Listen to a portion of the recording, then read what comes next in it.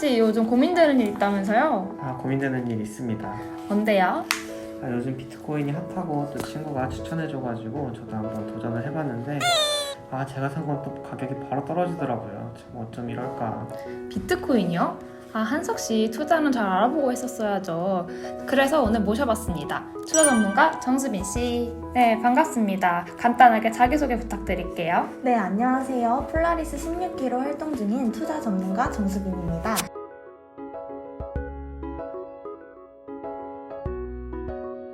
네, 투자 전문가시니까 투자에 대한 간단한 설명 부탁드리겠습니다. 투자에 대해 자세히 알지 못하는 시청자 여러분들을 위해 투자에 관해 간략한 설명을 해드릴게요. 투자는 확정된 이자율을 보장받는 저축과는 달리 불확실성이 수반된 수익률, 즉 많은 이익을 기대하고 주식, 채권 등을 사는 행위를 뜻합니다. 더 풀어 설명해보자면 이익을 얻을 목적으로 돈을 들거나 시간이나 정성을 쏟는 것을 투자라고 해요. 나중에 자신에게 돌아오는 이득을 기대하며 공장, 기계, 건물이나 원료, 제품 등의 생산 활동에 돈을 들이는 거예요. 이익을 목적으로 돈을 내거나 시간이나 정성을 쏟는 것을 바로 투자라고 하는군요. 그렇다면 우리가 투자할 수 있는 투자 상품에는 어떤 것이 있을까요? 투자를 할 수 있는 상품은 다양해요. 건물이나 상점을 사서 새를 놓을 수도 있고 금이나 은 같은 기금속 또는 농산물에 투자할 수도 있어요. 또한 금융상품에도 투자할 수 있는데 대표적인 금융투자 상품으로는 주식과 펀드가 있답니다. 주식과 펀드는 우리가 평소에도 많이 듣고 주변에서도 투자하시는 분들이 많은 걸로 알고 있는데 혹시 주식과 펀드에 대해서 자세히 설명해 주실 수 있을까요? 주식과 펀드에 대해 설명하기 전에 먼저 직접 투자와 간접 투자에 대해 알려드릴게요. 직접 투자는 투자자 자신이 스스로 투자와 관련된 정보를 알아보고 직접 주식, 채권 등을 구입하는 것을 말해요. 많은 투자 지식과 경험이 뒷받침되어야 함을 알 수 있겠죠? 반면 간접 투자는 금융투자 전문가를 통해 투자하는 것으로 전문가들이 다양한 투자 정보, 상품을 알려주는 대신 이에 따른 수수료를 지불해야 한답니다. 대표적인 간접 투자 상품으로 펀드가 있어요. 다시 돌아가서 주식과 펀드의 차이를 이해하기 쉽게 크로플에 빗대어 설명해 볼게요. 제가 아이스크림이 올려진 크로플 장사를 시작해 본다고 가정해 봅시다. 직접 크로플을 굽고 아이스크림을 구매하며 이를 판매하는 것은 굉장히 손이 많이 가고 힘들겠죠? 그래서 가지고 있는 돈으로 크로플 가게에 투자를 하고 그에 따른 수익을 가게와 제가 나눠 받기로 했다고 생각해 보아요. 이왕이면 바삭바삭하고 쫄깃한 크로플과 맛있는 아이스크림을 파는 좋은 가게에 투자하고 싶겠죠? 현실적으로 이런 좋은 가게를 찾기 힘들기 때문에 크로플 전문가들이 물색해서 투자하고 있는 시장에 동참하여 수익을 배분받을 수 있을 거예요. 이렇게 크로플 전문가들이 만들어 놓은 어떠한 기금을 펀드라고 볼 수 있는 겁니다. 주식은 투자자 자신이 스스로 투자와 관련된 정보를 알아본다고 했으니 직접 투자할 크로플 가게를 찾아 가게에 주식을 매수하는 것이겠죠?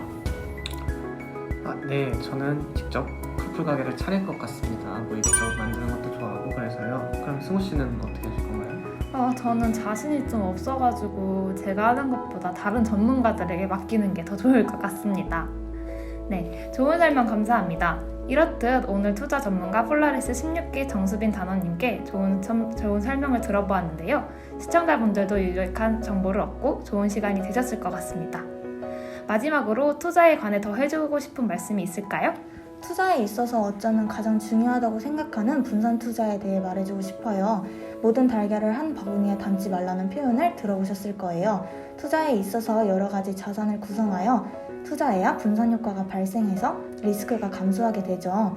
많은 이익을 기대하고 진행하는 투자지만 불확실성과 위험 요소가 많이 존재하기 때문에 이러한 분산 투자를 가장 중요하게 생각하여 여러분이 투자를 진행했으면 좋겠다는 바람이 있습니다. 네, 감사합니다. 지금까지 투자 전문가 정수빈 단원이었습니다. 투자는 정말 어려운 것이었네요. 앞으로는 좀 신중히 투자해야겠어요.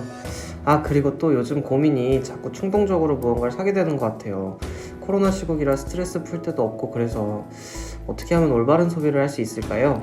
네, 맞아요. 투자만큼 중요한 것이 소비이죠? 그래서 이번에는 소비 전문가를 모셨습니다. 안녕하세요. 간단한 자기소개 부탁드릴게요. 네, 안녕하세요. 폴라리스 16기로 활동 중인 김하은 단원입니다. 오늘은 여러분께 소비에 대해 말씀을 드리기 위해 나오게 되었어요. 요즘 소비를 하는 사람들이 굉장히 많이 늘어난 것 같아요. 그렇다면 요즘의 소비 트렌드는 무엇이 있을까요? 요즘은 가치 소비의 트렌드를 보이고 있습니다. 가치 소비요? 가치 소비가 뭔지 설명해 주실 수 있을까요? 가치 소비라는 것은 자신이 지향하는 가치를 포기하지 않는 대신 가격이나 만족도 등을 세밀히 따져 소비하는 성향을 말해요. 소비를 함에 있어 자신의 가치를 추구하는 건데요. 과거에 가격 대비 성능이라는 가성비라는 말을 다들 들어보셨을 텐데요. 이것과는 다른 현상으로 기업의 제품이나 브랜드에 담긴 가치를 고려하는 것이에요. 대표적으로 그린슈머가 있는데 그린슈머는 무엇을 생각하는 소비자일까요? 그린이라는 건 보통 환경과 관련이 깊으니까 환경을 생각하는 소비자 맞나요?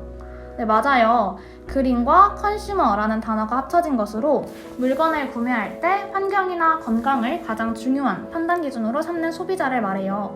재활용 소재를 활용한 제품이나 탄소 배출량이 적은 제품, 환경 유해 물질 등이 포함되지 않은 제품을 선택하는 것이죠. 우리 주변에서 가장 가까운 사례를 살펴본다면 생수를 구입한다고 했을 때 라벨 프리, 무라벨 용기에 담긴 생수를 구입할 수 있어요. 또한 배달 플랫폼에서 일회용품 안 받기에 체크하는 것도 그린슈머의 행동이라고 볼 수 있습니다. 맞아요. 저도 배달 음식 시킬 때 보니까 일회용 용품을 받지 않겠다는 문구를 본 적이 있었어요. 근데 왜 이런 소비 트렌드가 형성될 것일까요? 변화하는 소비 트렌드의 중심에는 MZ세대가 있다고 볼 수 있을 것 같아요. 현재 20, 30대로 이들은 자신이 좋아하는 것에 대해 투자하는 돈이나 시간을 아까워하지 않으며 자신의 만족을 중요시합니다. 그리고 이러한 자신의 개성이나 취향을 드러내는 것을 자연스럽게 여기는데요. 개개인마다 추구하는 가치는 다르겠지만 자신이 추구하는 사회적 가치를 담아내다 보니 이러한 트렌드가 만들어진 것이죠. 앞에서 그린슈머에 대해 설명만 해드리긴 했지만 이 외에도 동물이나 공정무역, 지역사회 등의 가치를 소비하기도 합니다. 실제 기업들은 이러한 경향을 반영해서 코즈 마케팅이라는 걸 실시해서 소비자들의 참여를 이끌어내기도 합니다. 코즈 마케팅이요? 처음 들어보는데 혹시 자세히 설명해 주실 수 있을까요? 코즈 마케팅이란 기업이 환경, 보건, 빈곤 등과 같은 사회적인 이슈, 즉 코즈를 기업의 이익 추구를 위해 활용하는 것을 말합니다. 기업이 사회적인 문제를 해결하려고 노력하면 이러한 선한 이미지가 제품 구매에 영향을 미치게 되는 것이에요.